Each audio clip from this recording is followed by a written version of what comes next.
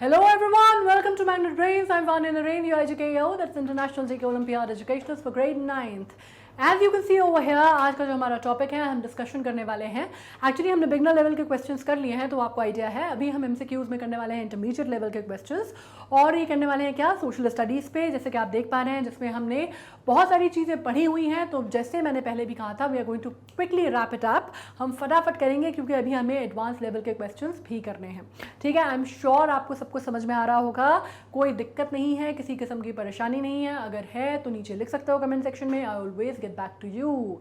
और अब नेक्स्ट बात यह है कि आईजीके का एग्जामिनेशन जो है वो आने वाला है ना। तैयारी अपन पूरी कर ही चुके हैं, अपनी पढ़ाई जो है फुल ऑन है, तो अपने को कोई दिक्कत नहीं है इसमें। अब ये जो हम करने वाले हैं मैग्नेट ब्रेन्स पे, आपको मालूम है एक ऐसा चैनल है, आपको कोई सब्सक्रिप्शन नहीं लेना, आपको कोई फीस नहीं देनी, बस पढ़ाई करनी है बढ़िया से। और क्योंकि ये सब कुछ हम पढ़ चुके हैं तो उनके क्वेश्चन का जवाब देना तो हमारे बाएं हाथ का खेल है ना। फटाफट स्टार्ट करते हैं इंटरमीडिएट लेवल क्वेश्चन से।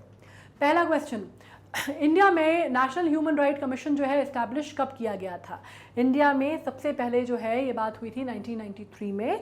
1993 में जब हमने सबसे पहले बात की थी ह्यूमन राइट्स की, आपको मालूम है मानव अधिकार की, तो मानव अधिकार डिक्लेरेशन जो है वो दुनिया में जो है वो काफ़ी पहले से चल रहा था, वो हम डिस्कशन कर चुके हैं। जो उसकी जो डिक्लेरेशन ऑफ ह्यूमन राइट्स कैसी थी हम वो भी पढ़ चुके हैं। जीन जैक रूसो की जो कोटेशन थी जिसके साथ वो शुरू हुआ है, हमको ये भी मालूम है। लेकिन भारत में अगर आप जिसको आप बोलेंगे कि एक आधिकारिक तौर पे जो शुरुआत मानी जाती है वो 1993 से मानी जाती है, जब प्रॉपर कमीशन हमारे यहाँ जो है वो शुरुआत उसकी हुई थी। हालांकि ह्यूमन राइट्स के बारे में या इंसानी जो आप कहते हैं या एक व्यक्ति के जो विशेष उसके अधिकार हैं वो हमारे मौलिक अधिकारों की अगर हम बात करें तो हमारे फंडामेंटल राइट्स में इंश्राइंड है, जो कि हमारे कॉन्स्टिट्यूशन ने हमको दिए हुए थे। हमारे प्रॉपर अगर आप बात करते हैं तो हमारा संविधान हमको कुछ मौलिक अधिकार देता है जिसमें ह्यूमन राइट्स की बात होती है। लेकिन कमीशन की बात क्योंकि आ रही है तो वो 1993 में स्टैब्लिश हुआ है।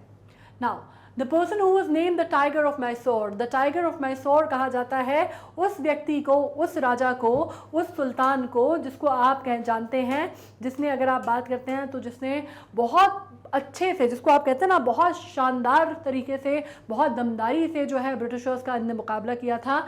हैदर अली के ये पुत्र थे और इनके साथ इनकी शहादत जो थी ये मार्टियर हो जाते हैं 4th एंग्लो मैसूर वॉर में। और नाम किनका है, जिसको आप कहते हैं the sword of Tipu Sultan, जो बहुत फेमस है। बहुत बड़ा शो भी बना था, संजय खान ने बनाया था।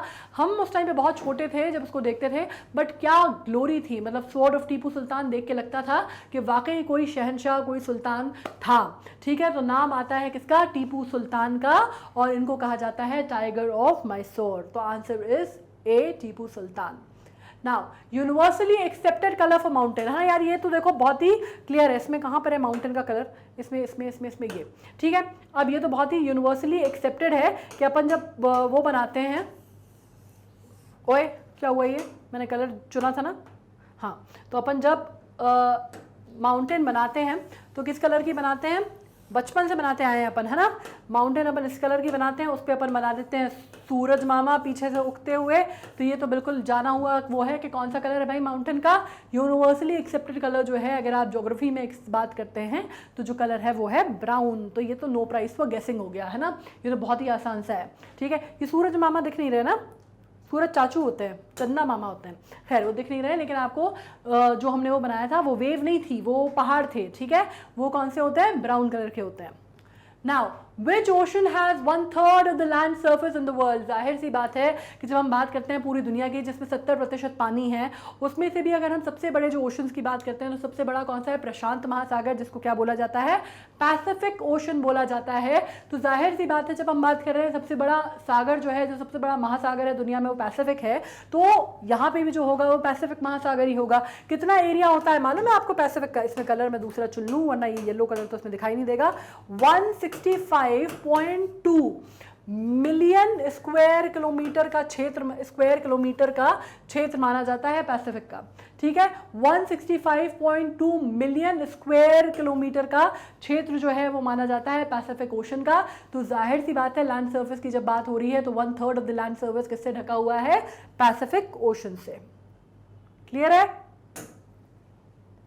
Now the science of constructing map, अब मैप क्या है, सालों से बनते हैं, है ना, ऐसा नहीं है कि साइंस के आने से पहले मैप नहीं बनते थे, मैप हमेशा से बनते हैं, जिसको नक्शे बोला जाता है वो हमेशा से बनते हैं, प्रिमिटिव टाइम से बनते हैं। अभी अगर हम उनकी स्टडी को बात करें कि उनको किस तरह से पढ़ा जाता है, किस तरह से समझा जाता है, साइंटिफिक थोड़ा सा अगर हम उसमें टर्मोलॉजी घुसा दें तो उसको कहा जाता है कैटोग्राफी, ठीक है, कैटोग्राफी कहा जाता है। तो आंसर क्या हो गया, सी। ये नॉर्मली ज्योग्राफी का क्वेश्चन है, ठीक है, तो इसको कैटोग्राफी कहा जाता है। बाकी ज्योग्राफी, डेमोग्राफी और टोपोग्राफी तो ऑब्वियसली आपने बहुत ज़्यादा टर्मोलॉजी सुनी हुई है तो उसमें कोई दिक्कत नहीं होगी, कैटोग्राफी इसका आंसर है। 9, अब जब हम डोलड्रम्स की बात कर रहे हैं तो बेसिकली डोलड्रम्स क्या होते हैं, पहले मैं आपको डोलड्रम्स क्या होते हैं वो लिख दे रही हूँ, उसके बाद मैं इसका आंसर बताऊंगी। तो डोलड्रम्स बेसिकली जो होते हैं ये प्रेशर बेल्ट्स होते हैं, ठीक है, डोलड्रम्स मैं ऐसे लिख रही हूँ, ये बेसिकली होते हैं प्रेशर बेल्ट्स, ठीक है, डोलड्रम्स यहाँ आप लिख दे रही हूँ मैं, डोल ड्रम्स। और ये क्या होते हैं बेसिकली, डोल ड्रम्स जो होते हैं बेसिकली ये कन्वर्जेंस का वो करते हैं, कन्वर्जेंस ऑफ ट्रेड विंड जो होती है, बेसिकली आप बात करते हैं जोन होती हैं, और कन्वर्जेंस ट्रेड विंड बिटवीन जो दो हेमिस्फीयर होते हैं उनके बीच में काम करता है, ठीक है, convergence of trade wind between two hemisphere, पूरा तो नहीं लिख रही मैं, trade wind between two hemispheres. और कौन से दो हेमिस्फीयर्स होते हैं वो आप जानते हैं, नॉर्दर्न और सदर्न, है ना, नॉर्दर्न और सदर्न। और ये क्या होता है, जोन होता है, बेसिकली प्रेशर बेल्ट्स होते हैं। तो ये डोलड्रम आ गया समझ में, डोलड्रम किसको कहते हैं, प्रेशर बेल्ट्स होते हैं जो कि जोन होता है, ये क्लियर हो गया। अभी कितने पे होते हैं ये बात कर लेते हैं, ये बेसिकली होते हैं 5 डिग्री से लेकर 30 degree north and south latitude पे। ऑलराइट, ये चीज मैं बता दे रही हूँ, ठीक है, zone convergence of trade wind between the two hemispheres which is north and south hemisphere. Now article dash which deals with education for all, यार ये तो हमने बहुत अच्छे से पढ़ा है जब हमने अपने मौलिक अधिकार और हमारे जो ड्यूटीज थी, राइट्स थी वो पढ़ी थी उसमें, तो ये आर्टिकल 45 हमारा डील करता है। नाउ व्हाइट रेवोल्यूशन किससे एसोसिएटेड है, कलर से समझ में आ रहा है, व्हाइट रेवोल्यूशन जो है वो हमारे यहाँ व्हाइट रेवोल्यूशन के अगर जनक माने जाते हैं तो कौन माने जाते हैं, कुरियन वर्गस माने जाते हैं, ठीक है, कुरियन वर्गस हमारे यहाँ व्हाइट रेवोल्यूशन के जनक माने जाते हैं। और ये शुरुआत किसने कहाँ से हुई थी, शुरुआत नहीं मतलब किससे जुड़ा हुआ है ये समझ गए हो ना, तो मतलब बेसिकली क्या है, मिल्क प्रोडक्शन, जो मिल्क प्रोडक्शन बढ़ाने की बात है, अमूल का इसमें बहुत बड़ा रोल था हमारे यहाँ, आनंद मिल्क यूनियन लिमिटेड। आज भी आप अमूल के प्रोडक्ट खाते हैं तो ये अमूल का इसमें एक बड़ा उस टाइम पे स्मिता पाटिल जो थी वो बहुत बड़ी एक्ट्रेस थी, तो उन्होंने एक बहुत अच्छा कैंपेन भी किया था इसका, उसके आपको कई बार यूट्यूब पे वो वीडियोस मिल जाएंगे, बहुत अच्छा कैंपेन जो था वो चलाया गया था और वो मिल्क प्रोडक्शन या व्हाइट रेवोल्यूशन से जुड़ा हुआ था, ठीक है। नाउ हाईएस्ट सैलिनिटी कहाँ पाई जाती है दुनिया में, सबसे ज़्यादा आपको लगेगा डेड सी में, ठीक है, सबसे ज़्यादा जो पहला आंसर आता है वो आता है डेड सी, क्योंकि कहा जाता है कि वहाँ पे इतनी सैलिनिटी है पानी में कि उसमें आप लोग जो है बॉयंसी और ये सब आपने फंडा पढ़ा होगा ना, तो उसकी वजह से लोग कहते हैं कि इतनी सैलिनिटी है कि उसमें बॉडी जो है वो फ्लोट करती है, डूब नहीं सकता कोई डेड सी में। ये और भी इसके तो बहुत सारे फंडे हैं, लेकिन जो नॉर्मली दिमाग में होता है वो लोगों के डेड सी होता है, लेकिन डेड सी में जितनी सैलिनिटी है वो है 240%, ठीक है, लेक ऑफ वटाह में जो है वो है 220%, लेकिन इन सबसे ज़्यादा सैलिनिटी जो है अगर कहीं पे पाई जाती है तो वो एक लेक है जो कि टर्की में आता है, और उस लेक का नाम है जिसमें 330% सैलिनिटी पाई जाती है, और वो है वैन लेक, ठीक है। वैन लेक जो है वो आपका सबसे ज़्यादा सलाइन लेक माना जाता है पूरे विश्व में, टर्की में है ये।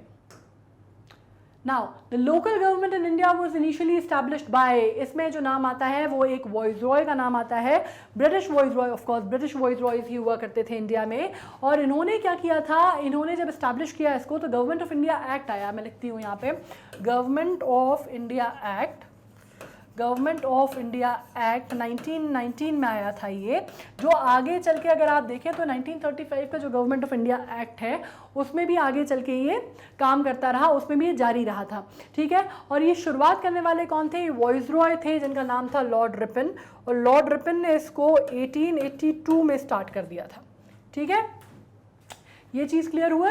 1882 में उन्होंने इस चीज़ को बात की थी, लोकल सेल्फ गवर्नेंस की जब बात हुई थी उसके तहत इसको शुरू किया गया था, और लॉर्ड रिपन ने इसको स्टार्ट कराया था, तो नाम जो आता है वो आता है लॉर्ड रिपन का। Alright, now who is known as the father of economics, father of economics किसको कहा जाता है? इनकी एक किताब है बहुत फेमस है, the wealth of Nations. Wealth of Nations कहा जाता है जो फादर ऑफ इकोनॉमिक्स है, ये एडम स्मिथ की किताब है, जिनको एक बहुत फेमस आप इकोनॉमिस्ट के तौर पे जानते हैं, क्लासिकल इकोनॉमिस्ट के तौर पे, हु इज एडम स्मिथ। ठीक है, so the wealth of Nations इनकी, क्योंकि आपका लिटरेचर भी आपका सब्जेक्ट है तो मैं आपको बता दूं, वेल्थ ऑफ नेशंस जो है एडम स्मिथ की बहुत फेमस, बहुत चर्चित किताब है, जिसमें इकोनॉमी के बहुत सारे प्रिंसिपल्स आपको मिलते हैं। नाउ खजुराहो टेम्पल कहाँ बिल्ड किए गए थे? तो खजुराहो टेम्पल 12वीं शताब्दी में बिल्ड किए गए थे, मध्य प्रदेश में है ये। ठीक है, मध्य प्रदेश के सेंट्रल आप कह सकते हैं, छतरपुर वगैरह का अगर आपने नाम सुना है बुंदेलखंड एरिया कहलाता है ये, वहाँ पे पाए जाते हैं। छतरपुर, टीकमगढ़, ये जो क्षेत्र है वहाँ पे खजुराहो के मंदिर मिलते हैं आपको।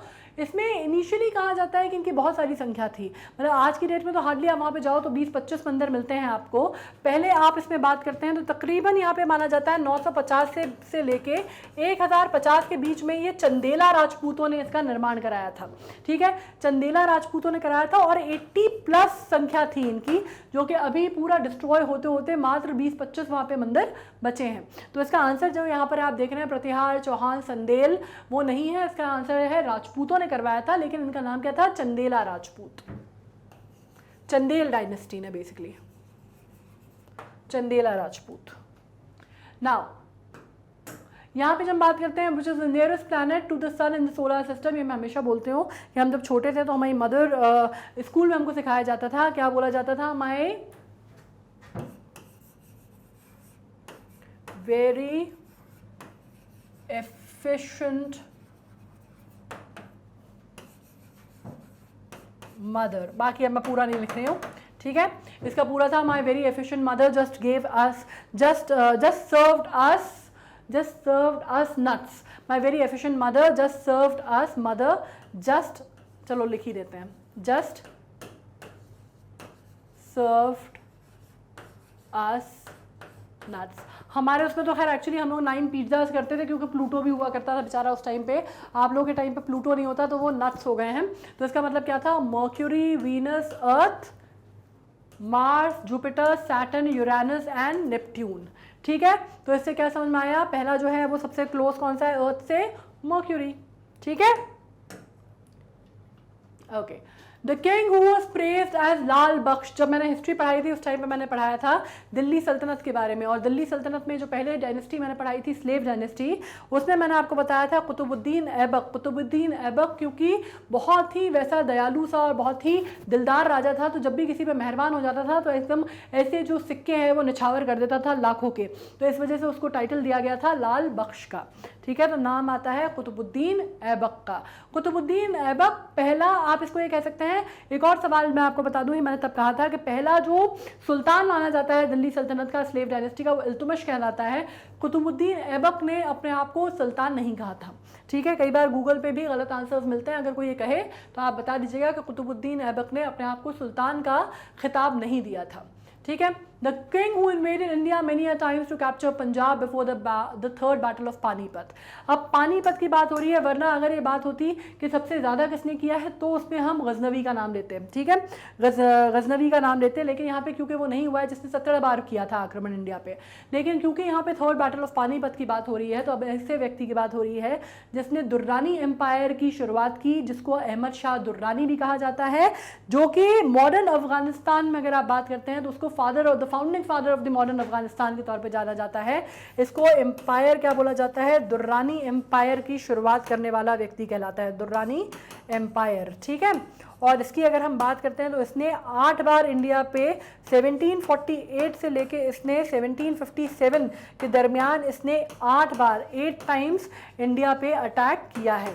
ठीक है, इन्वेड किया है। तो उसका नाम क्या है? अहमद शाह अब्दाली। ठीक है, ये क्लियर हो गया है। Now atmospheric layer responsible for weather change. Weather change के लिए कौन सी है? आपको मालूम है कि जब हम अर्थ की बात करते हैं हम, तो उस पर आपको मालूम है ऊपर लेयर्स होती हैं, है ना, ऐसी लेयर्स होती हैं। सबसे पहले कौन सी होती है? ट्रोपोस्फेयर, और यही लेयर जो है ये वेदर के लिए जिम्मेदार होती है। हमने एक और चीज़ पढ़ी थी, ओजोन लेयर किस में पाई जाती है? स्ट्रेटोस्फेयर में, ठीक है। तो ये जो ट्रोपोस्फेयर है ये कितना होता है? तकरीबन 8 से लेकर 14 किलोमीटर तकरीबन मानी जाती है अर्थ सर्फेस से, और यही जो लेयर होती है वो एटमॉस्फेरिक लेयर जो है वो वेदर चेंजेस के लिए रिस्पॉन्सिबल होती है। All right, now the longitude that determines Indian Standard Time passes through Indian Standard Time IST। आपको मालूम है कि हम ग्रीनविच मेरिडियन टाइम के हिसाब से नहीं चलते, ग्रीनविच मेरिडियन टाइम से हम 5.5 घंटे आगे हैं। वी आर क्या? इंडियन स्टैंडर्ड टाइम जो एक ही है, आपको मालूम है ग्रीनविच मेरिडियन टाइम से कितना प्लस चलता है, ठीक है, GMT से। और ये कहाँ से गुजरती है? अगर आप इंडियन स्टैंडर्ड टाइम की अगर आप लाइन देखते हैं तो बेसिकली हम छोटे थे तो हम उसको पढ़ते आए थे, Naini in UP which is close to Allahabad, और आज की डेट में अगर आप उसको पढ़ेंगे तो उसका नाम आएगा मिर्जापुर, ठीक है। तो एक चीज क्लियर होती है कि कहाँ से गुजरती है? इलाहाबाद से, ठीक है। मिटा दूं ये। Now, the significance of the presence of the Great Bath in Harappan civilization। आपको मालूम है जब हरप्पा और मोहनजोदाड़ो की खोज हुई उस टाइम पे बहुत बड़े बड़े जो स्ट्रक्चर्स हैं आपको मिलते हैं, बहुत बड़ी आपको सभ्यता का पता चलता है।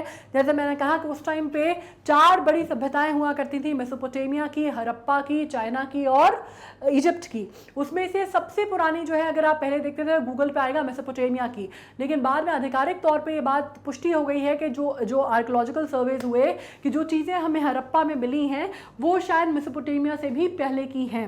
लेकिन आपको जो चीज़ें वहाँ पे मिली, जैसे आपको ईस्टर्न माउंट, वेस्टर्न माउंट मिले, आपको डॉक्स मिले, आपको सील मिली, उसमें से आपको साइटेडल पता चले, वैसे ही आपको क्या पता चलता है? The great bath of Harappa या ग्रेट बाथ आपको मिलता है बेसिकली मोहनजोदाड़ो में, ठीक है।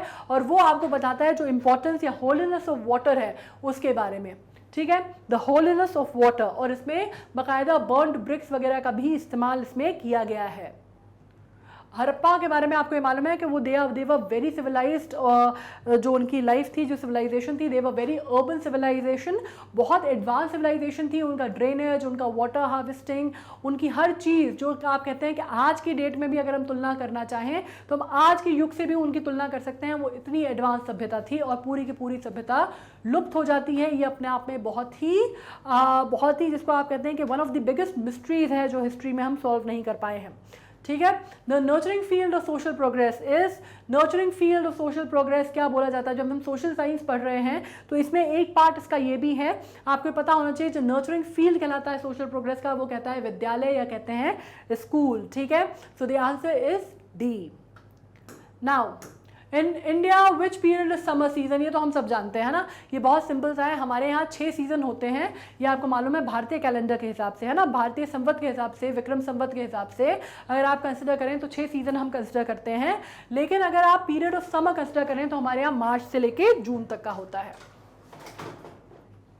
नाउ हाईएस्ट टेम्परेचर कहाँ फाइंड किया जाता है? ज़्यादातर आपको मालूम है ये सारे जो शहर हैं ये राजस्थान के शहर हैं, राजस्थान, क्योंकि आप जानते हैं कि वहाँ पे थार डेजर्ट जो है हमारा है और सबसे गर्म, वन ऑफ दी हॉटेस्ट जो अगर आप एरियाज़ की बात करते हैं भारत में तो वो है। और वहाँ पे देखा जाए तो गर्मी में सभी जगह, जैसलमेर भी बहुत गर्म होता है, कभी घूमने जाइएगा, बीकानेर भी आपको समझ में आ जाएगा। लेकिन हाईएस्ट टेम्परेचर अगर हम बात करते हैं फिलहाल जो रिकॉर्ड हुआ है वो गंगानगर में हुआ है, तकरीबन 46.7 डिग्री तक टेम्परेचर यहाँ पे राइज हो गया था।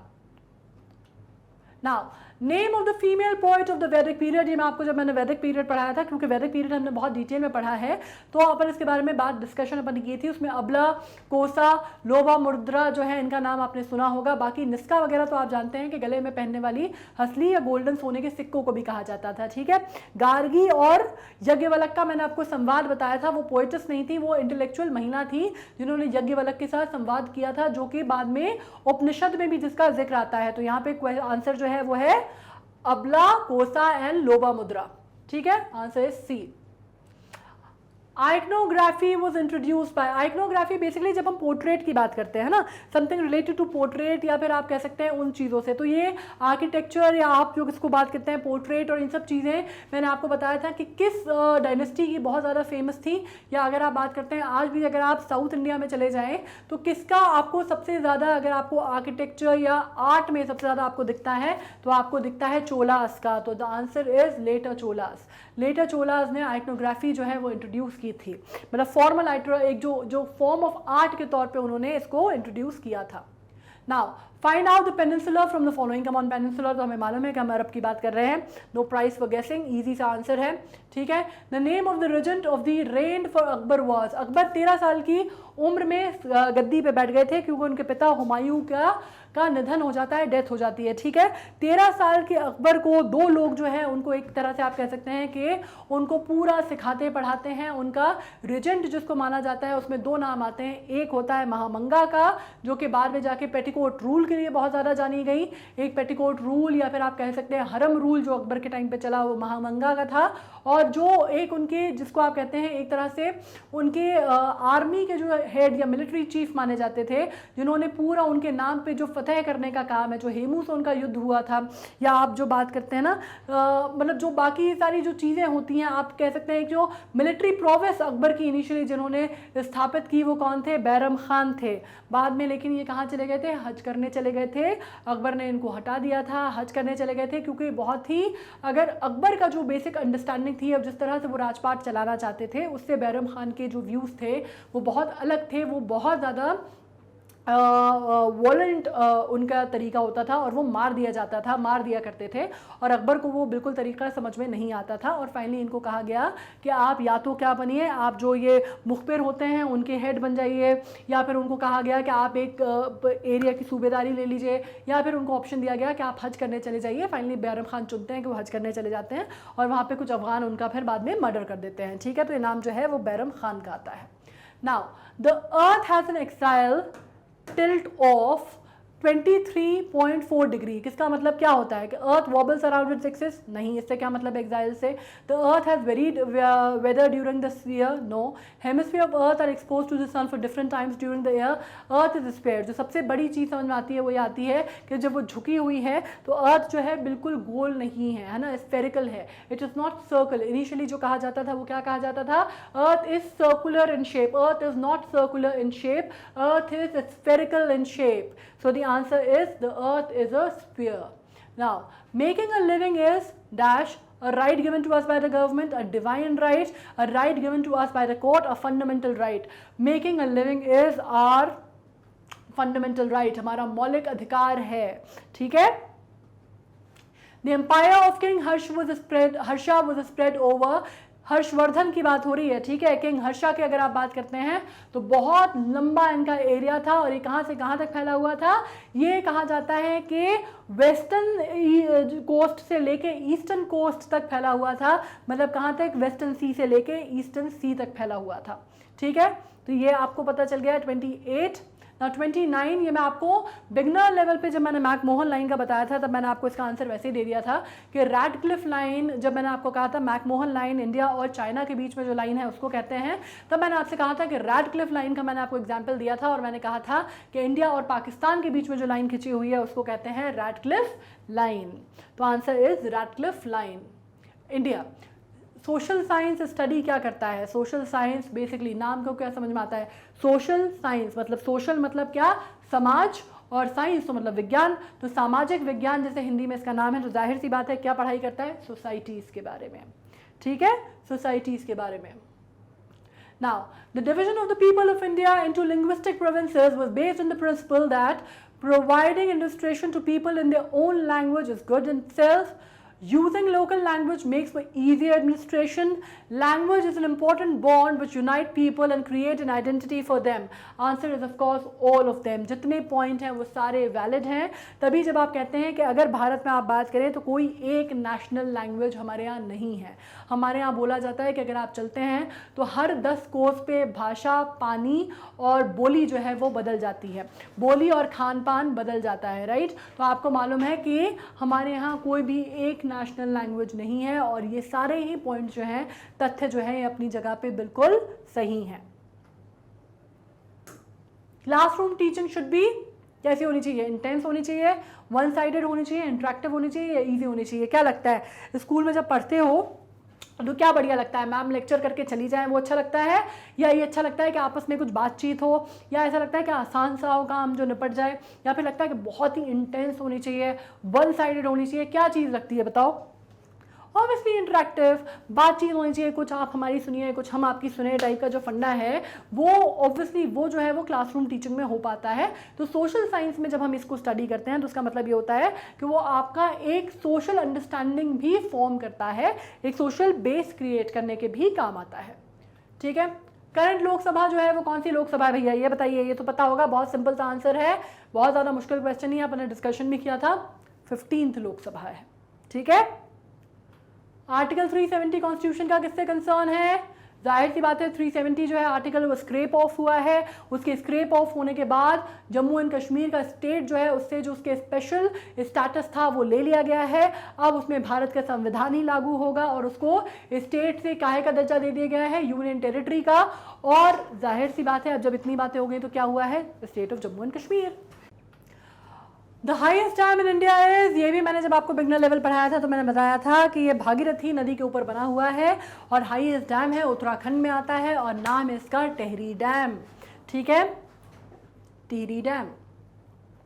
Now the right of property is, right of property कौन सी है भाई साहब? हमारी फंडामेंटल राइट है, सिटीजन राइट है या लीगल राइट है? बताओ। ये राइट टू अपन ने सब पढ़ा हुआ है ये सब। ठीक है, राइट टू प्रॉपर्टी बेसिकली हमारी फंडामेंटल राइट नहीं थी, वो आप हमारी लीगल राइट मानते हैं, लीगल राइट, फंडामेंटल राइट नहीं है। फंडामेंटल राइट क्या है हमारी? Equality, freedom, right to constitutional remedies, ये हमारी फंडामेंटल राइट है, ये हमारी लीगल राइट है। ठीक है, fundamental right in India are designed to, क्या करना चाहती है? Ensure rights of human beings, ensure that all Indians can lead their life in peace and harmony as citizens of India, protect liberty, protect freedom. हाँ, protect liberty freedom तो है ही, ensure right करना है human beings की, लेकिन सबसे पहला काम जो है वो मौलिक अधिकारों का ये है कि वो सारे भारतीयों को ये सुनिश्चित करे कि सारे भारतीय जो है अपना जीवन पीसफुली, हार्मनी में और संगठित होके एज एक हमारी जो टेरिटरी है उसके अंदर भारतीय नागरिक सब एक साथ अपने आप को सुरक्षित महसूस करें, अच्छे से रहें। तो बेसिकली क्या है? ये उसका मौलिक अधिकार का बेसिक जो रीजन है वो ये है। Alright, now part of the complexity in teaching social science lies in the fact that this subject is, अब जो कॉम्प्लेक्सिटीज आती है ना सोशल स्टडीज पढ़ने में, जो कॉम्प्लेक्सिटीज आती है वो क्यों आती है? अगर हम बात करते हैं कि उसका जो सब्जेक्ट है वो क्या होता है, मतलब उसमें नॉर्मल साइंस होता है, मैथ्स होता है, इंग्लिश होता है और भी बाकी सारी सब्जेक्ट होते हैं, उसमें और सोशल स्टडीज में क्यों डिफरेंस होता है? कई लोगों को हिस्ट्री नहीं समझ में आती, कई को ज्योग्राफी नहीं समझ में आती। यहाँ पे क्या क्या क्लू है, यहाँ पे क्या डिफरेंस है? एक चीज समझो, क्योंकि ये जो सब्जेक्ट है ये बहुत चेंजिंग है, सोसाइटी है, सोसाइटी का स्वरूप जो है बदलता जा रहा है, सोसाइटी बदलती जा रही है, ज्योग्राफी चेंज होती जा रही है इंडिया की, वर्ल्ड की, जो आपका सोसाइटी का पैटर्न है वो बदलता जा रहा है, सिविक्स जो है धीरे धीरे बदलती जा रही है, सिनेरियोज बदलते जा रहे हैं, समीकरण बदलते जा रहे हैं, ये सब कुछ आप पढ़ते हो सोशल स्टडीज में। तो बहुत डायनामिक सब्जेक्ट है और इसका डायनामिज्म जो है इस वजह से इसमें इतना सब कुछ चेंज होता है। When does history begins? History की शुरुआत कहाँ से मानी जाती है? देखो सबसे बड़ी बात है ह्यूमन सिविलाइजेशन शुरुआत हुई। सिविलाइजेशन की शुरुआत मतलब ह्यूमन लाइफ की बात नहीं हो रही है, सिविलाइजेशन की बात हो रही है ना।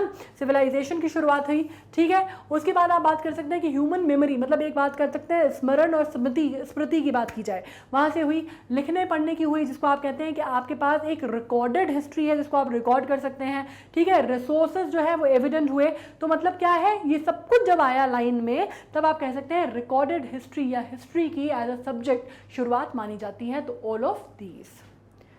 Now the last question from here, all revenues received by government by way of taxation like income tax, central excise, custom, land revenue, tax revenues etc.